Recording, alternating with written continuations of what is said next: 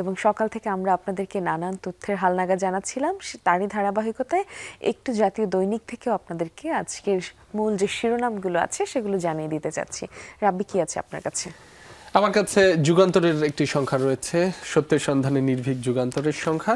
সেখানে প্রথমেই যে শিরোনামটি দর্শকদের জানাতে চাই, সবাই এখন বিএনপি, প্রত্যাশার পেশাদার প্রশাসন কতদূর। একটু চুম্বক অংশ যদি পড়ে শোনাতে চাই। মন্তব্য প্রতিবেদন, গুরুত্বপূর্ণ পদ বাগিয়ে নিতেই সুবিধাবাদী চাটুকারদের দৌড়ঝাঁপ চলছে। সব সরকারের সময় তারাই আপদ আর বিপদ। শফিকুর রহমান ও নাহিদের বাসায় তারেক রহমান, ইতিবাচক রাজনীতির নতুন বার্তা।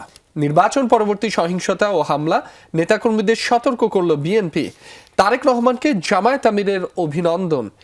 সংসদ নির্বাচনে ভোটের হার বিএনপির 49.97%, জামায়াতের 31.76। এনসিপি 3.05% ভোট পেয়েছে। 4টি বাদে বাকি 46টি দল 1%-এর নিচে।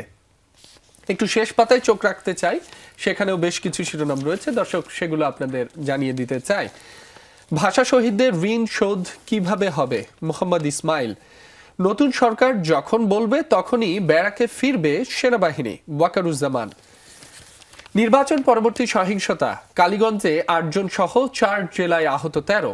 ঠাকুরগাঁও ও হাতিয়ায় বাড়ি ও মার্কেটে আগুন। মার্চেন্ট পাওয়ারের হুইলিং চার্জ 2.48 টাকার প্রস্তাব, বিনিয়োগে নেতিবাচক প্রভাব পড়ার আশঙ্কা। একটু চুম্বক অংশ যদি পড়ে শোনাতে চাই দর্শক আপনাদের। বর্তমানে প্রতি ইউনিট বিদ্যুৎ সঞ্চালনে পিজিসিবি অন্য গ্রাহকদের কাছ থেকে চার্জ নেয় 31 পয়সা। এখনো চূড়ান্ত সিদ্ধান্ত নেয়নি বিদ্যুৎ বিভাগ। মন্ত্রী প্রতিমন্ত্রীদের বাসা প্রস্তুতের কাজ চলছে। নতুন প্রধানমন্ত্রীর বাসভবনের তথ্য নেই গণপূর্তে। কোথায় উঠবেন তা নির্ভর করছে আগামী প্রধানমন্ত্রীর ইচ্ছার ওপর, প্রধান প্রকৌশলী, গণপূর্ত অধিদপ্তর। 21 আসনের 18টিতেই ধানের শীষ, ন্যায্য মন্ত্রীর অপেক্ষায় বিএনপিকে বিপুল জয় দেওয়া বরিশাল। হাতিয়ায় গৃহবধূকে ধর্ষণের অভিযোগ ঘিরে উত্তেজনা। মাদকাসক্ত ছেলেকে কুপিয়ে হত্যা করলেন বাবা। নিমেই ছিল যুগান্তর থেকে প্রধান শিরোনামগুলো। অনেক ধন্যবাদ রাব্বি। আমার কাছে দৈনিক ইত্তেফাকের একটি সংখ্যা আছে দর্শক, আপনাদেরকে শুরুতেই যদি একটু মূল শিরোনাম সেটি আপনাদেরকে পড়ে জানিয়ে দিতে চাই। রাজধানীতে ভোটের সর্বনিম্ন হার 37, সর্বোচ্চ 48%। ইতিবাচক রাজনীতির সূচনা করলেন তারেক রহমান। জামায়াত আমির ও এনসিপির নেতাদের সঙ্গে সাক্ষাৎ, উপরে একটি ছবিও দেখতে পাচ্ছেন আপনারা। দুজনের সাথেই যে সাক্ষাৎ করেছেন তিনি গতকাল সন্ধ্যায়, তার দুটি আলাদা আলাদা চিত্র এখানে যুক্ত করে দেয়া আছে। বসন্ত এবং ফাল্গুনের যে সময় চলছে সেই মৌসুম নিয়ে কিছু না জানালেই না। তাহিরপুর সুনামগঞ্জ বসন্তের রঙে ছেয়ে গেছে বাংলাদেশের সর্ববৃহৎ শিমুল বাগান। শনিবার পহেলা ফাল্গুন ও বিশ্ব ভালোবাসা দিবস উপলক্ষে তাহিরপুর উপজেলার মানিকগাঁওয়ের এই বাগানে বসন্ত উৎসবে মেতে ওঠেন পর্যটক ও দর্শনার্থীরা। ছবিটা দেখতে পাচ্ছেন আপনার স্ক্রিনে নিশ্চয়ই।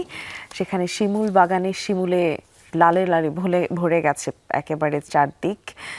দর্শনার্থীদেরকেও দেখতে পাচ্ছি। সেই সাথে আরও যে শিরোনাম জানিয়ে দিতে চাচ্ছি, ওই নারীর ডাক্তারি পরীক্ষা হয়নি, মামলাও হয়নি। হাতিয়ার নারী ধর্ষণের অভিযোগ, অপপ্রচার বলছে বিএনপি। ধর্ষণের অভিযোগের সময় অভিযুক্ত ছিলেন হাসপাতালে।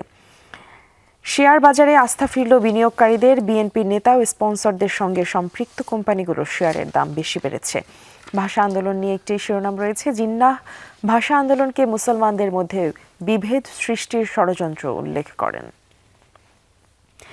মিঠে করা একটা ব্যাপার আছে, সেটা একটু জানিয়ে দেই মূল শিরোনামগুলোর সাথে। দেশে জনসংখ্যা বাড়ছে কিন্তু প্রকৃত মানুষের সংখ্যা কমে যাচ্ছে। নাতি জিজ্ঞেস করছে প্রকৃত মানুষ কারা দাদু, এবং দাদু বলছে যাদের খোঁজ কেউ রাখে না। এই ছিল আমার কাছে রাব্বি দৈনিক ইত্তেফাক থেকে। আপনি যদি আমার কাছে সমকাল আছে, আপনি যদি দর্শকদেরকে একটু জানিয়ে দেন। ধন্যবাদ মিমি। দর্শক, আমার কাছে সমকালের একটি সংখ্যা রয়েছে, সেখান থেকেও বেশ কিছু শিরোনাম আপনাদের জানিয়ে দিতে চাই। নবীন প্রবীণ সমন্বয়ে মাঝারি আকারের মন্ত্রী সভা হচ্ছে। সরবরাহ পর্যাপ্ত, তবু চড়া রমজানের বাজার চিত্র সম্পর্কিত একটি বিস্তারিত প্রতিবেদন রয়েছে দর্শক, চাইলে আপনারা পড়ে দেখতে পারেন। জামায়াত ও এনসিপি প্রধানের বাসায় তারেক রহমান, দেশের স্বার্থে ঐক্যবদ্ধভাবে কাজ করার প্রত্যয়। রমজান কেন পকেট কাটার মৌসুম, SM নাজের হুসাইনের এই সম্পর্কিত একটি প্রতিবেদন রয়েছে, দর্শক চাইলে আপনারা পড়ে দেখতে পারেন। উল্লাপাড়া ও খুলনায় জামায়াত নেতার বাড়ি ভাঙচুর আগুন, ব্রাহ্মণবাড়িয়ায় বিএনপি নেতার ওপর জামায়াতের হামলা। খেলাপি ঋণের বোঝা নিয়ে সংসদে যাচ্ছেন 11 এমপি। আদালতের স্থগিতাদেশ নিয়ে নির্বাচনে অংশ নিয়েছিলেন, আইন অনুযায়ী সংসদ সদস্য থাকাকালেও খেলাপি হলে পদ হারাবেন। একটু শেষ পাতায় চোখ রাখতে চাই, সেখানেও বেশ কিছু শিরোনাম দর্শক আপনাদের জানিয়ে দিতে চাই। 3 আসনে 792 ভোট পেয়েছে অলির এলডিপি। মানুষের হাতে জন্ম নেওয়া এক জাদুকরী সুতা আবিষ্কার সম্পর্কিত একটি ভিন্নধর্মী প্রতিবেদন করা হয়েছে, দর্শক চাইলে আপনারা পড়ে দেখতে পারেন। একটু যদি আপনাদের পড়ে শোনাই। রেশম পোকা তুত পাতা খেয়ে বড় হয় এবং মাথার গ্রন্থি থেকে নির্গত তরল দিয়ে তারা নিজের চারপাশে গুটি তৈরি করে। সেই গুটি থেকেই সংগ্রহ করা হয় রেশম সুতা। ভোটের ফল প্রকাশে অনিয়মের অর্ধশতাধিক অভিযোগে ইসিতে 32 আসন নিয়ে জামায়াত জোটের অভিযোগ। শেরপুরে বিএনপি প্রার্থী প্রিয়াঙ্কারও লিখিত অভিযোগ। ইসি বলছে নির্বাচনী ট্রাইব্যুনালে পরবর্তী সমাধান। রোজার মাসে মাধ্যমিক স্কুল বন্ধ রাখার নির্দেশ হাইকোর্টের। এলএনজি টার্মিনাল বন্ধ, গ্যাস সংকট তীব্র, শিল্পে উৎপাদন ব্যাহত, জ্বলছে না চুলা। পুলিশের প্রতিবেদনে 7 মামলায় 10 আসামি নির্দোষ। চট্টগ্রামে বৈষম্য বিরোধী আন্দোলনে 151 মামলা। অব্যাহতি পাওয়া 7 জনের মধ্যে রয়েছেন বিএনপির নির্বাচিত এমপিও। ঢাকায় বসবাসকারী ব্যক্তি ও ক্ষুদ্র ব্যবসায়ী বাদ দেওয়ার তালিকায়।